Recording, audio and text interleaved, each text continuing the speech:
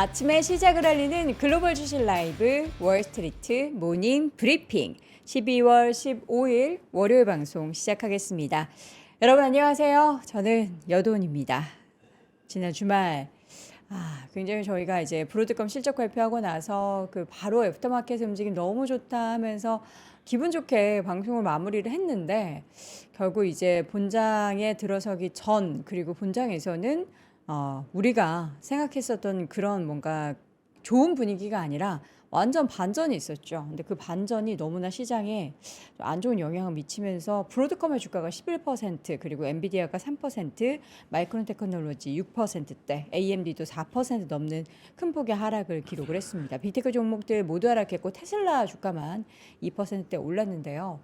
그러니까 지금 뭐 여러 가지 내용들이 전해지고는 있지만 BAI 부문보다 AI 쪽에 있어서의 마진 자체가 그렇게 좋지 않다. 그러니까 그게 어떤 의미일까를 생각을 해보면 뭔가 경쟁에서 살아남기 위해서 마진을 줄이나?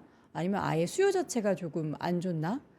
여러 가지 생각을 하게 만드는 그러한 브로드컴의 어닝콜이었습니다. 과연 여러분들이 생각하는 것만큼 지금 굉장히 많이 걱정하셔서 다들 새해부터 지금 눈 부비면서 들어오셨을 것 같은데 우려를 해야 될 상황인지 아니면은 오히려 이게 한번 뭔가 털고 가는 그런 느낌인지 잠시 후에 자세한 내용들 월가 뉴스레터 통해서 확인해 보겠는데요. 글로벌 시황맨 박명성님과 체크해 보도록 하겠고요. 그래서 글로벌 인터뷰 이번 주는 어떤 전략이 필요할까요? 제일 중요한 것 같습니다. 하나증권 리서치센터 글로벌 투자 분석실 우리 이재만 실장님 모시고 빨간맨 선생님처럼 이렇게 또 밑줄 많이 그어 주실 겁니다. 관련한 실적에 대한 충격 그리고 그에 따른 시장의 전략, 우리가 방향성을 어디로 포커스를 둬야 하는지를 이야기 나눠보겠습니다. 자, 먼저 글로벌 시황맨 박명성님 함께합니다. 어서 오세요. 네, 안녕하세요. 어떻게요? 네? 어떻게요? 뭘 어떻게 해요? 이거 어떻게 해야 되는 거예요? 뭐 채팅창을 그래서 계속 봤어요. 오늘- 주말 동안 주식 안 봐서 오늘 행복했었습니다. 굉장한 급락을 걱정을 하시는 분들이 많아요. 주말 동안 주식 안 봐서 행복했었습니다. 요 얘기가 아주 와닿네요. 주식 안 봐서 행복했다. 예. 저도 아주 행복했습니다. 주말 동안. 예, 근데 오늘 또 아침이 되니까 이제 네. 이 월모브 시작하는 순간부터 우리는 이제 다시 걱정을 해야 되는 거죠. 이제 주식으로 다시 일상으로 돌아와야 되는 거고. 또 그 얘기도 있네요. 올 겨울엔 미장이 속 썩이는구만. 작년 겨울에는 국장이 굉장히 속을 많이 썩였잖아요. 아유, 작년 겨울 생각도 하기 싫어요. 그러니까요. 근데 또 이게 참 그런 것 같아요. 항상 올라가는 시장도 없고, 항상 또 내려가는 시장도 없고, 그런 것들이 계속 이렇게 반복되고 있다 보니까 올해는 이제 겨울에는 미장이 좀 속을 썩이나 봅니다. 그건 맞긴 한데 약간 그 추세라는 게 있잖아요. 뭐 당연히 올라갈 때 출렁출렁임은 있긴 한데 네네. 이게 약간 오라클도 그렇고 브로드컴도 그렇고 이러니까 추세가 이게 꺾이는 건가? 우리가 지금 저기를 바라보는데 살짝 이렇게 꺾였다 가는 건지 아니면 그냥 다시 여기까지가 끝인가 뭐 이렇게 되는 건지. 근데 아니죠? 이번에는 저는 조금 음. 그냥 많이 아쉬웠어요. 근데 뭐 솔직히 브로드컴이라는 기업은 네. 우리가 지금까지 걱정하던 기업이 아니잖아요. 너무 기대하던 기업이죠. 어디만 나오면은 다 에이직이다, 에이직이다 하면서 매번 얘기했던 기업이죠. 그니까요. 그리고 우리가 편가르기 좀 그렇긴 하지만 그래도 좀 편을 나눴잖아요. 최근에 팀 엔비디아 대 팀 알파벳으로 네. 팀 구글로 나눴을 때도 사실 브로드컴은 팀 구글에 가깝다라고 하면서 그래도 좀 안정적인 기업이라고 우리가 종목이라고 생각을 했잖아요. 근데 브로드컴까지 11% 심지어 실적이 좋았는데도 11% 무너지니까 네. 이게 벌써 지금 몇 번째예요. 엔비디아 그때 실적 좋았는데 무너졌죠.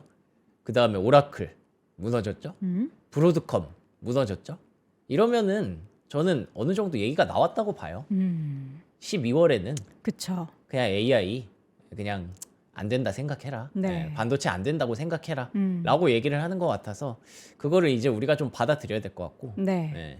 근데 그렇다고 뭐 여기까지가 끝이라고 할 수는 없는 거잖아요. 그렇죠. 그래서 어떤 오해들 때문에 결국에는 이 정도까지 밀렸는지 이게 진짜 오해로 끝나는 건지 앞으로 어떤 부분이 개선되면 다시 AI 랠리가 시작되는 건지 네. 이런 것들을 이제 우리가 정신 차리고 봐야겠죠. 음. 근데 어쨌든 브로드컴까지 이렇게 무너뜨렸다는 건 시장이 일단 반도체와 AI에 대해서는 올해 많이 해먹었잖아. 이제 조금 다른 쪽으로도 퍼지면서 놔주자. 이런 얘기를 계속 하고 있는 것 같아서 너무 거기에 이제 지금 막 얽매일 필요는 없을 것 같습니다. 예. 자, 그래서 이제 내용들 한번 보겠습니다. 지수는 얼마나 빠진 거예요? 네. 근데 이게 또 그 브로드컴 11% 급락하고 엔비디아 3% 하락한 거에 비하면 1%대의 하락이라서 다우는 0.5% 빠졌고 S&P 500도 1.07% 하락한 거라서 막상 또 S&P 500 지수 잠시 후에 나올 텐데 네. 보면은 뭐 그렇게 많이 막 큰 문제가 일어난 것 같지 않아요. 근데 왜 우리의 문제는 뭐냐면 그 AI 쪽에 많이 담아놨다라는 게 그게 문제인 거죠. 네. 예, 그래서 그 나스닥 1.7% 빠진 게 좀 뼈아픈 거고, 엔비디아 3.2%, 브로드컴 11.4%, AMD 4.8%, 마이크론 테크놀로지 6.7%, 오라클은 그 와중에 더 빠졌대요. 4.5%까지 하락을 했기 때문에 뭐 다른 그나마 뭐 테슬라 좀 담아두신 분들은 그리고 또 일라이릴리 같은 거 담아두신 분들은 그래도 계좌가 좀 방어가 됐을 텐데 뭐 AI에 그냥 몰빵 올인 해놓으신 분들은 조금 많이 아픈 지난 금요일이 되지 않았을까 싶습니다. 그리고 또 이제 그 스몰캡을 봐도 확실히 뭐 크레도라든지 블룸에너지라든지 뭐 아이온큐 이런 종목들이 급락 일색을 좀 보였기 때문에 야 AI가 진짜 이대로 끝이 난 건가라고 오해할 수 있지만 뭐 아까 결론부터 말씀드린 대로 지금 단기적으로는 AI에 대해서 기대감을 좀 낮추자라는 게 맞는 것 같고 장기적으로는 또 다른 기회를 찾겠죠. 그 기회를 지금부터 찾아야 될 것 같습니다. 자, 그래서 매크로적으로는 우리가 좀 긍정적이라고 얘기를 했잖아요. 금리에 대해서는. 근데 그 긍정적인 부분까지 다 돌려냈어요. 4.2%까지 올라오면서 FOMC 효과도 결국에는 오라클과 브로드컴 앞에서 버텨내지 못했구나. 얼마 가지 못했구나 라는 생각을 하게 됐고요. 그나마 달러가 98까지 내려온 것이 우리에게 비빌 언덕이 되는 거죠. 다행인 거죠. 그래서 이 매크로가 그러니까 시장이 조금만 괜찮았으면 매크로도 같이 힘이 됐을 텐데 좀 아쉽다. 오히려 매크로는 좋았는데 시장에 힘이 못 받쳐주면서 매크로까지 좀 악화시키는 것처럼 보이는구나라고 금리와 달러의 어떤 격차에서 설명할 수가 있었던 것 같습니다. 그리고 금값이 또 이렇게 올라가는 걸 보면서 이게 참 괜히 올라갔던 게 아니었나 라는 생각까지 동시에 하게 됐고요. 국제유가도 뭐 잘 내려가고 있습니다. 근데 뭐 요즘은 사실 매크로가 그렇게 중요한 건 아니라서 뭐 금리, 유가, 뭐 금값 뭐 이런 거 잘 보이진 않죠. 그래서 중요한 거는 AI이기 때문에 그 AI에 대한 얘기를 오늘 많이 하도록 하겠습니다. 네. 브로드컴 실적은 너무나 좋았죠? 그렇죠. 예. 보시는 것처럼 브로드컴 뭐 다 그린라이트였습니다. 매출, EPS, 반도체, 뭐 인프라스트럭처, 소프트웨어까지 다 이제 초록색을 이렇게 그려냈습니다.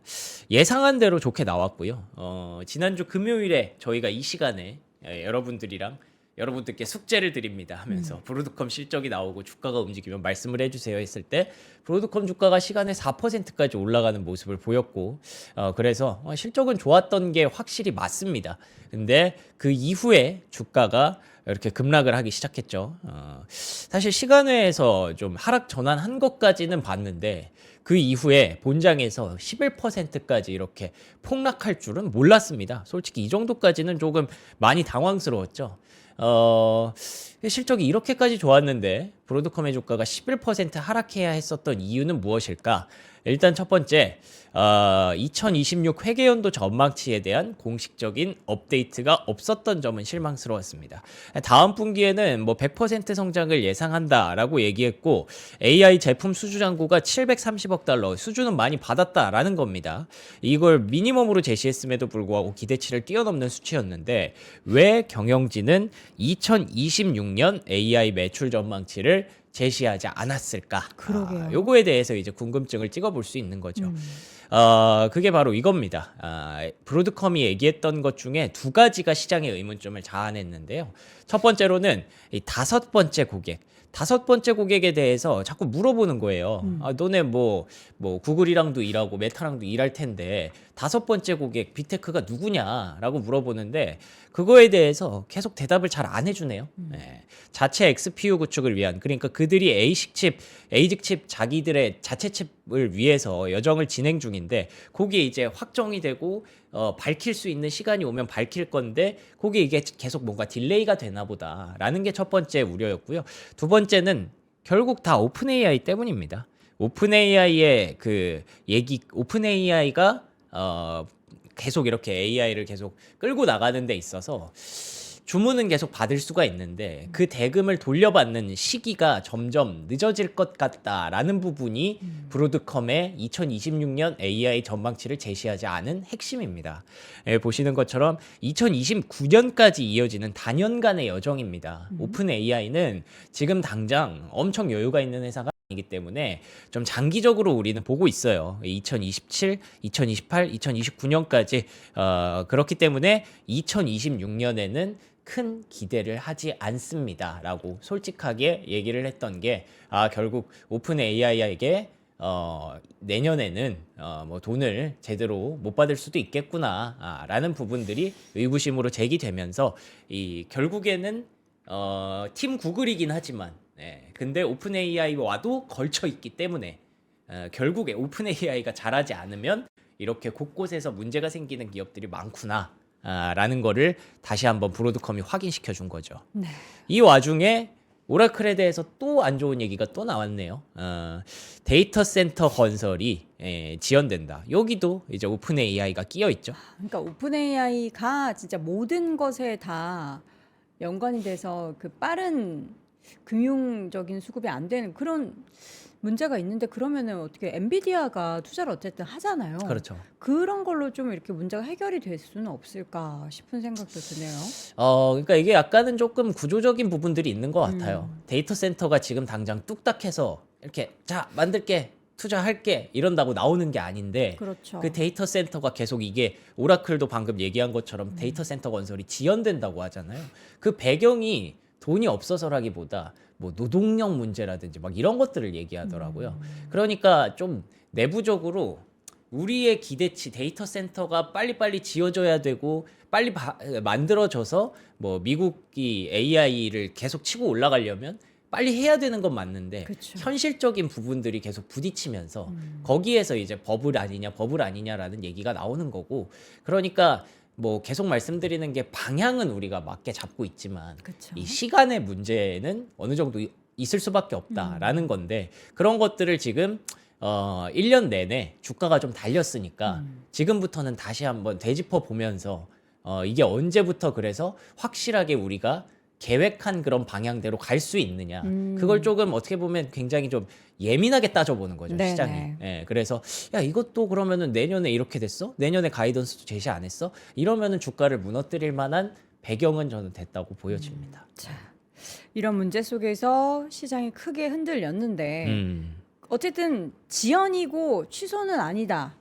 우리는 이제 긍정적으로 해석을 하려면은 조금 이제 시간은 걸리겠지만 결국 방향은 틀리지 않았다. 이렇게 생각을 해야 되나요? 예, 저는 그렇게 생각은 하는데 일단 뭐 앞에서 말씀드린 것처럼 일단 지금 브로드컴의 주가까지 무너진 상태에서 네. 너무 긍정 회로를 돌릴 때는 저는 아니라고 생각을 해요. 그냥 무조건 지금 사야 된다. 뭐 이런 건 저는 아니라고 생각을 하는데 네. 그치만 방향은 틀리지 않았다고 저는 계속 믿고 있기 때문에 그에 대해서 우리가 속도를 어떻게 가져가야 될까를 지금 상황을 보면서 한번 여러분들도 한번 정리를 해보시면 좋을 것 같은 게 네. 자, 데이터 센터에 대한 그 속도, 뭐 빠르게 지을 거, 투자할 거 이런 건 우리가 알고 있잖아요. 데이터 센터 제외하고 다른 오피스들 건설을 지금 계속 늦추면서 데이터 센터에 박차를 가하고 있는 거 우리는 다 알고 있죠. 그래서 지연될 뿐이지 뭐 취소할 거는 아니라는 것도 우리가 믿어 의심치는 않습니다. 근데 이게 내부적으로 은근히 그 님비 같은 게 있대요. 님비 내 네. 앞에 우리 집 앞에서는 데이터 센터 짓지 말아라. 그렇죠. 근데 저 오늘 아침에 제가 남양주 살잖아요. 근데 남양주에는 그런 그 플랜카드가 되게 많이 붙어 있어요. 어떤 거요? 얼마 전에는 이제 카카오에서 데이터 센터 짓는다. 그리고 또 오늘 아침에 보니까 신한 금융투자인가 뭐 거기서 뭐 800억을 들여서 데이터 센터를 남양주에 또 짓나 봐요. 그런 게 엄청 크게 붙어 있던데 왜 싫어하죠? 그러니까 어쨌든 거기가 엄청난 뭐 전력이 들어갈 거고, 아, 전자파?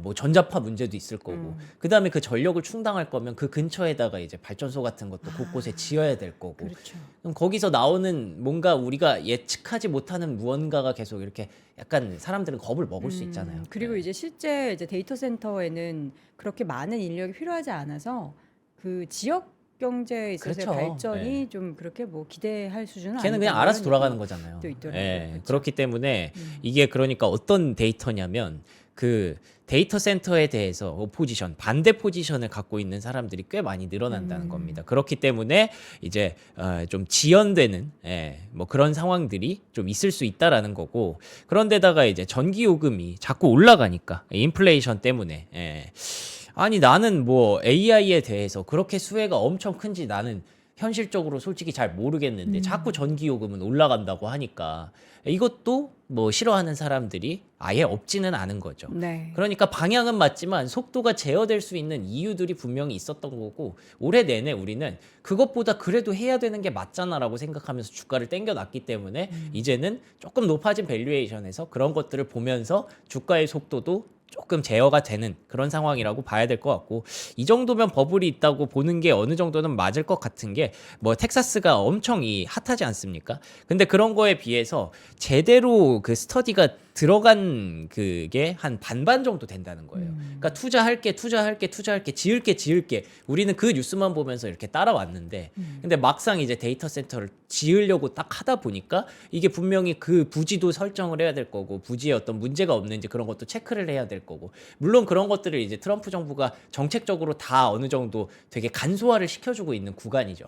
계속 그런 것들을 푸시를 하고 있지만, 그래도 뭔가 이제 뭔가를 짓는다는 행위 자체가 뭐 당장 되는 건 아니니까 그런 속도면에 있어서 시장은 그 밸런스를 좀 맞춰가고 있다고 보는 것 같고, 그럼에도 불구하고 그 제가 방향성은 틀리지 않다고 계속 얘기를 하는 게, 이제 JP 모건 같은 경우에 이 정도로 데이터 센터에 그 대출을 많이 나갔어요. 1등으로 이렇게 많이 나갔고, 뭐 스미토모라든지 우리가 알만한 뭐 미주호라든지 미쓰비시라든지 뱅크 오브 아메리카라든지 웬만한 이런 은행들이 그 대출을 엄청 많이 데이터 센터에 대해서 긍정적으로 보고 이렇게 나갔기 때문에, 그게 만약에 이제 아예 취소 뭐 이런 식으로 돼버리면은, 그러면은 이제 모두가 이제 흔들릴 수 있거든요. 과연 그런 선택지로 갈까? 그리고 이들은 데이터 센터에 대해서 확신이 없었으면 이 정도의 대출을 내줬을까라는 거를 저는 그래도 조금 믿고 있는 거죠. 그렇기 때문에 다시 돌아와서 뱅크 오브 아메리카는 그럼에도 불구하고 브로드컴에 대한 목표가를 이렇게 상향을 했습니다.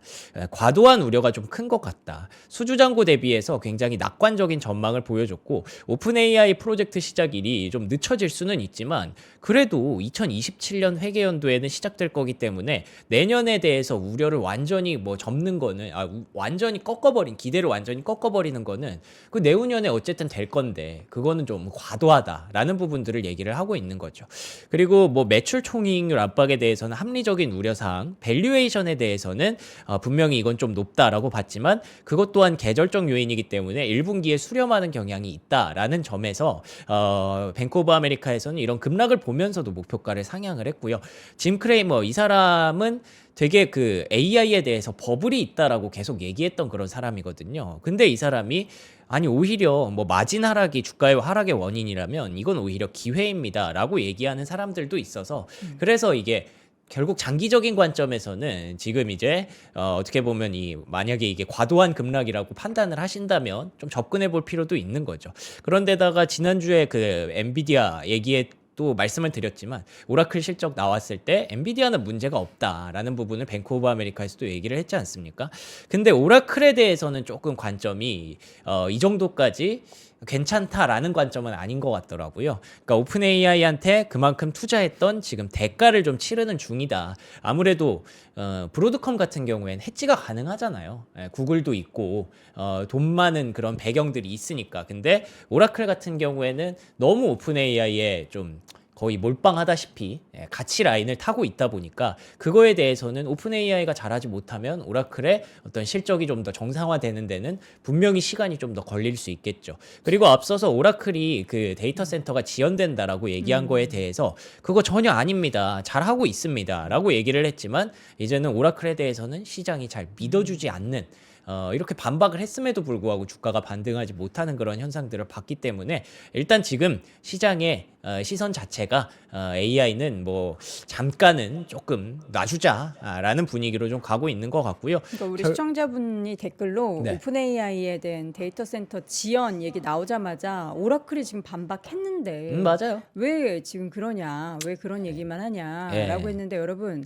그러니까 우리가 시장의 시각은 조금 더 지켜봐야겠죠. 그러니까 그렇죠. 반박을 하고 나서 바로 반영을 하진 않았지만 결국에 차근차근히 아 그래 오라클이 이렇게 그렇죠. 나름의 청사진이 있고 돈을 음. 끌어다 쓰는 데는 이유가 있겠지. 음. 이유를 증명해 내겠지 하면서 우리는 어떻게 보면 조금 기다려야 되는 그런 구간인가 저는 그렇게 싶어요. 생각합니다. 그러니까 저는 이게 어쨌든 장사잖아요. 네. 장사라고 했을 때 우리가 되게 좋다고 생각하는 물건을 파는 거잖아요. 오픈 AI가.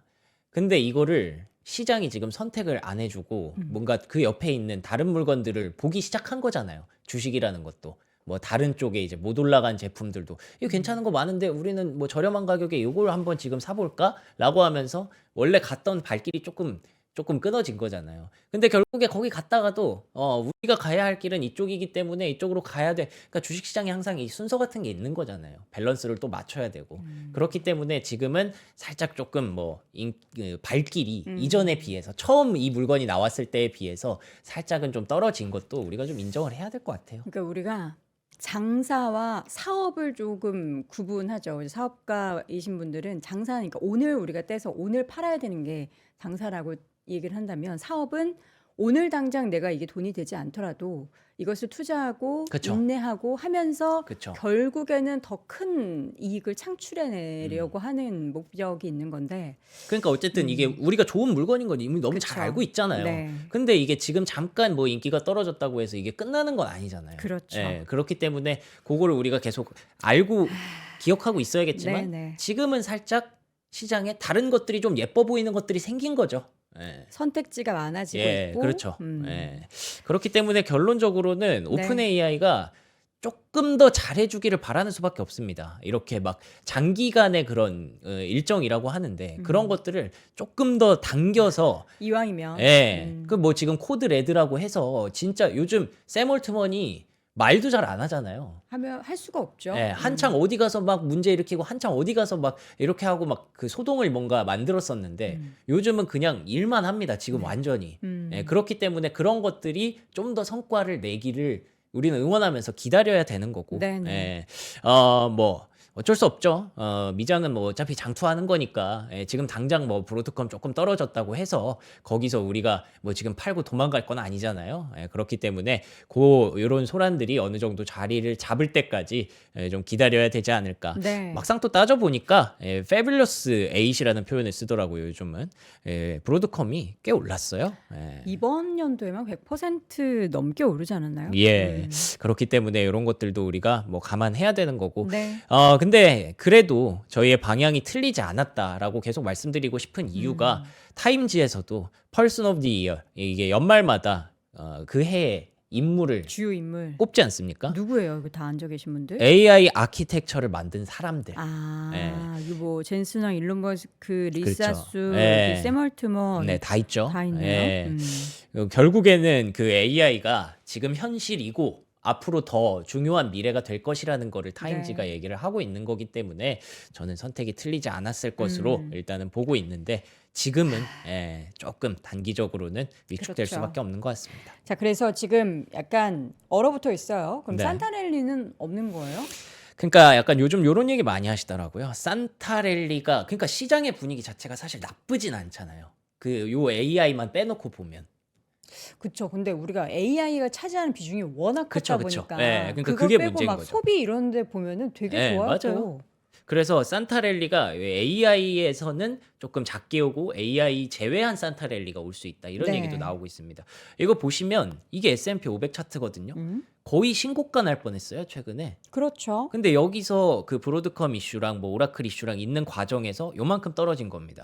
이렇다고 해서 지금 막 우리가 막 미장 큰일 났습니다. 막 이러는 것도 좀 웃기지 않나요? 6,827인데 그 와중에 이제 골드만삭스는 내년 S&P 500에 대해서 7,600선을 전망을 한 거고 이런 소동이 있음에도 불구하고 결국에는 내년도 빅테크를 가져가야 된다.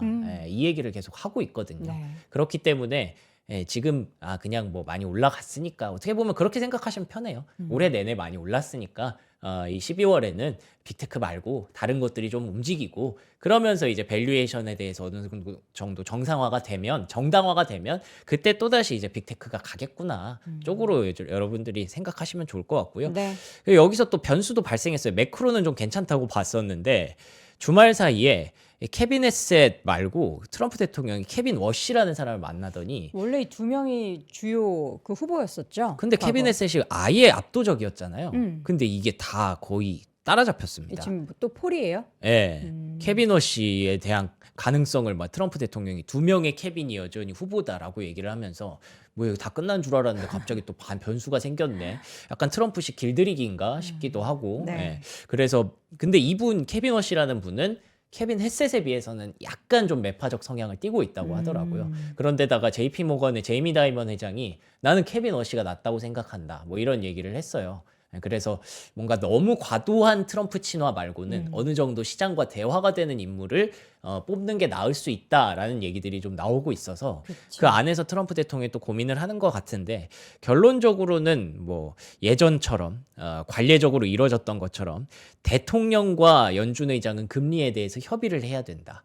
라는 얘기를 하고 있기 때문에 나랑 대화 잘 통하는 사람 뽑겠다라는 그 원칙은 계속 유지를 하고 있습니다. 그 세상에서 미국은 가장 낮은 금리를 유지해야 한다라고 하고 있기 때문에 그래서 아직까지 케빈 헤셋이 좀 높아 보입니다만 그래도 이런 또 변수가 생겨서 이런 것들이 나오는 과정에서 또 이런저런 잡음도 있을 것 같습니다. 네. 네. 자, 특징적인 종목들 보도록 하죠. 네. 펌이? 퍼미, 예. 네. 이 이게 페르미, 뭐죠? 퍼미, 뭐 이거 아시는 분들은 다 아시겠지만 페르미? 이제 그 텍사스에 아주 큰 이런 그 원전 단지를 짓는 고 업체죠. 네. 예. 근데 여기서 이제 첫 임차인이 들어와야 되는데 계약 해지가 됐다는 얘기가 나오면서 주가가 이제 34% 폭락했습니다. 왜 해지됐죠? 그리고 또 오클로도 이제 15% 폭락을 했고요. 원전 안 그래도 오래 걸리는데 첫 임차인이 들어와서 바로 착착착착 해도 느릴 판에 요거까지 이제 꺾이니까 이제 주가는 아주 엄청난 실망 매물을 내놓을 수밖에 없었죠. 이게 결국에는 이게 사실 우리가 페르미라는 종목에 대해서 기대를 했던 게 이게 다 트럼프 원전 막 이런 네. 식으로 이름도 트럼프라고 붙였었거든요. 근데 이것마저 임차인들이 계약을 해지했다? 야, 이게 그냥 가는 길에 있어서 분명히 이런 것들이 계속 나올 거는 뭐 알고는 있었지만 네. 야, 이게 한번 터지니까 이제 본물 터지듯이 나오는구나 뭐 이런 생각을 하는 거죠. 근데 또 다행히도 스티펠의 관점에서 봤을 때 이게 취소는 아니고 이것 또한 뭐 계약 체결 지연되는 거다. 뭐 경영진은 최초 잠재 고객과 다시 협상을 진행 중이며 계약을 체결할 수 있을 것으로 확신하는 것으로 보인다. 그렇지만 어쨌든 이런 잡음이 나왔을 때 주가는 가만히 있지는 않으니까 이것 또한 뭐 마찬가지죠. 이대로 만약에 데이터 센터가 계속 지어지면 이 전력의 그 공급 부족이 이 정도까지 격차가 벌어질 수 있거든요. 미래에는.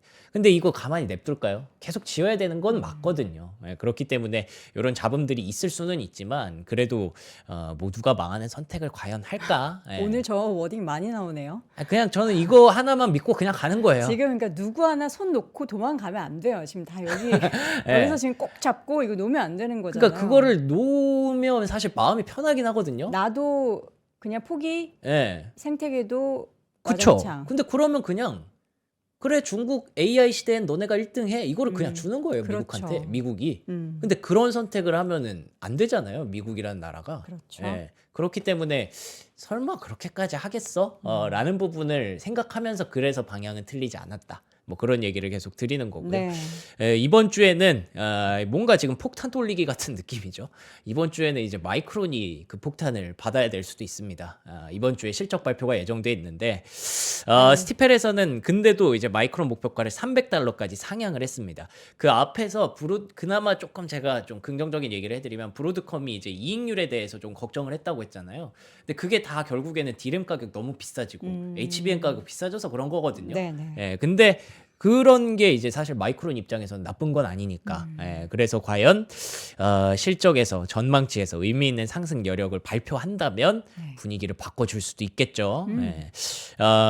그리고 이외에 뭐 나이키랑 페덱스 같은 종목들도 이번 주에 실적을 발표하니까 소비. 예, 참고하시면 좋을 것 같고요. 룰루레몬. 자, 룰루레몬 보시면 실적이 막 그렇게 좋았던 건 아닌데 주가는 9.6% 급등을 했습니다. 여기 왜요? 보시면 가이던스가 안 좋았죠? 안 좋았는데도 급등을 한 이유는 CEO가 이제 그만둔다고 합니다. 예, 그러면서 이제 그 다른 CEO가 들어오면 뭔가 여기도 케빈이네요. 예, 뭔가 상황이 좀 달라질 수 있잖아요. 예, 그런 것들을 좀 기대했던 것 같고 다시 말하면 뭐 아직까지 뭐 그렇게까지 긍정적으로 볼 때는 아니다. 예, 뭔가 수요의 불균형 같은 것들이 2026년까지 지속될 가능성이 높기 때문에 이거 보고 벌써 흥분할 건 아닙니다. 다만 밸류에이션은 쌉니다. 그러니까 이런 거예요.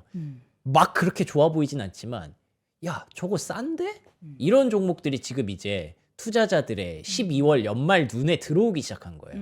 근데 AI는 약간 좀 부담이 되잖아요. 그렇죠. 예, 그러니까 자꾸 이런 게 막 그렇게 좋은 물건인 것 같지는 않아도 그래도 일단 저런 것도 나한테 도움되지 않을까 하면서 이쪽으로 쇼핑이 눈이 이렇게 옮겨가는 거죠. 예, 그런 시장의 어떤 생리 그런 것들을 좀 우리가 받아들일 필요가 있는 것 같고요. 네. 테슬라는 주가가 좋았습니다. 2.7%. 테슬라가 올라가는 건 결국에는 이 미래를 계속 보는 거죠. 스페이스X에 대한 효과를 좀 보고 있는 것 같고요. 이게 사실은 지금 막 뭐 데이터 센터 님비도 있고 그렇다는데 테슬라가 어떻게 보면 장기적인 해법을 계속 제시하는 중이죠. 왜냐하면 아니 그거 우주에다가 데이터 센터 그 쏴버리면 되잖아. 이 위성에다가 달아버리면 되잖아. 이런 거를 실제로 얘기를 하고 있는데 그거에 대해서 일론 머스크가 긴 얘기 안 합니다. 예스 딱 이렇게 올려버렸거든요. 예, 그렇기 때문에 이게 또 지금은 뭐 물론 당장 대안이 되진 않겠죠. 이것보다도 당연히 건설하는 게 빠르겠죠. 그렇지만 뭐 이런 것들에 대한 뭔가 또 다른 긍정적인 얘기로도 시장에서는 들릴 수 있으니까 이걸 또 봐주는 것 같기도 하고요. 저희가 지난주 토요일에 이제 김승호 회장과 함께한 저희가 스타트 2016 첫 번째 위크 시간에서 김승호 회장님의 비상장 주식 투자 관련해서 이야기를 들었을 때 스페이스X에 투자를 하셨더라고요. 그러면서 이제 한국에서는 아직 들을 수 없었던 아직 상장 전에 스페이스X에 대한 투자 이야기를 해주셨는데 궁금하시죠? 저희 함께 해주셨던 분들은 다 들으셨을 텐데 스페이스X에 대한 기대감이 실제로도 주식시장에 이렇게 영향을 많이 미치고 있지만 지금 비상장 상태에서의 투자 쪽에서도 엄청나게 지금 굉장히 핫하다라고 합니다. 관련해서 관심 있는 분들이 조금 더 열심히 좀 서칭을 하셔서 관련한 투자에 좀 나서 보시는 것도 좋다라고 얘기하니까 관련 부분들 꼭 참고해 주시면 좋겠고요. 네. 디즈니가 좀 요새 좋아요. 네, 그래서 뭐 요거는 그냥 그 이슈가 뭐 몇 개 없어서 그러니까 너무 AI 얘기만 한 것 같아서 네. 뭐 룰루레몬도 그렇고 테슬라도 그렇고 뭐 디즈니도 주토피아가 이제 10억 달러 찍었다고 해서 와. 그래서 말씀드린 거고요. 네. 그리고 마리화나에 대해서 가끔 잊을만한 얘기가 나오잖아요. 그쵸. 이게 의료용이겠죠, 물론. 근데 재분류 행정명령 기대감 뭐 이런 것들이 나왔다고 해서 관련주가 또 올랐다 정도로 정리하시면 될 것 같습니다. 알겠습니다. 자, 오늘 정말 시장이 많이 힘들어요. 많이 힘들어서 여러분들이 기분도 안 좋으실 거고 무언가 되게 스트레스 받으면 막 씹고 싶잖아요. 그래서 오늘 저희가요 쫀득이 준비했어요. 쫀득이 이름이 너무 재밌어요. 우리가 보통 이제 명품 브랜드 에르메스를 좀 오마주해서 많이들 이런 거 만들던데 쪼르메스라고 여러분 안 쪼셨죠? 예, 쪼르메스라고 이름을 지었는데 요게 세 가지 맛이 있어요. 청담 쫀득이, 트러플 솔트 맛, 그리고 오리지널, 그리고 핫 불닭 맛. 그러니까 나 너무 스트레스 받아서 매운 거 먹어야겠다 싶으면 핫 불닭만 선택하시면 되고 명성님 지금 무슨 맛 드시고 계세요? 오리지널 맛인데 어떤 맛이에요? 딱 먹는 순간 그거 맛이에요. 버터구이 오징어. 전 지금 야, 이거 딱 집에서 주토피아 볼 때, 주토피아 물론 넷플릭스로 안 나왔지만 그런 거 볼 때 너무 딱이네요. 좋죠. 트러플 솔트 맛. 요거 약간 짭짤하면서 이거 진짜 구운 오징어 약간 짭짤한 느낌이네. 아, 근데 이거 진짜 맛있다. 그리고 술안주로도 좋고 여러분들 입 심심하실 때 그리고 막 뭔가 마음이 불안불안하잖아요. 오늘 아침에 9시에 장이 어떻게 열릴까 싶을 때 씹을 거 필요할 때 이거 괜찮을 것 같습니다. 여러분들 함께 하시면 좋을 것 같고요. 요거는 저희가 구성을 12봉으로 해서 2만 원대에 구성을 하고 있고 오리지널 4봉, 핫불닭 4봉, 트러플 솔트맛 4봉 이렇게 해서 4봉씩 12봉 그리고 단맛, 감칠맛, 트러플 풍미까지 레벨이 다른 간식을 경험해 보실 수 있다. 한 번 뜯으면 멈출 수 없다. 근데 다 드시진 마세요. 이거 다 드시면 살찔 것 같아요. 예, 그리고 저희가 두 번째로 소개해드릴 제품은 여러분들 이 핸드폰 진짜 가볍네요. 스마트폰 하나 준비했는데 삼성 갤럭시 A16.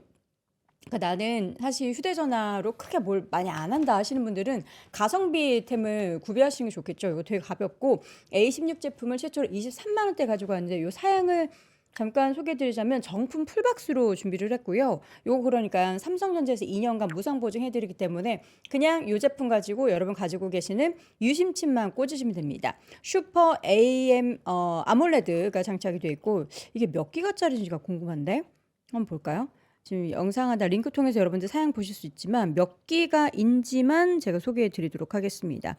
보통 이제 우리가 256을 많이들 쓰시는데 128기가. 그러니까 요런 거는 이제 아이들 사주는 것도 좋을 것 같고 사실 데이터가 아니라 안에 있는 뭐 사진이나 이런 것들 많이 촬영 안 하는 분들은 가볍게 요런 휴대전화 구비하시면 좋을 것 같습니다. 쫀득이로 이제 씹으시면서 오늘 주식시장 이렇게 보는 그런 아침이 될 텐데 여러분 스트레스 받지 마세요. 스트레스 받는다고 뭐 일어날 일이 안 일어나고 안 일어날 일이 일어나고 뭐 이러지 않아요. 그리고 일어날 일은 우리가 어떻게 해서든 다 일어나니까 절대 스트레스 받지 마시고 스트레스 받으실 때는 청담 쫀득이와 함께 하시기 바랍니다. 영상 하나 링크 참조해 주시고요. 지금까지 글로벌 시황맨 박명성님 함께 했습니다. 고맙습니다. 고맙습니다.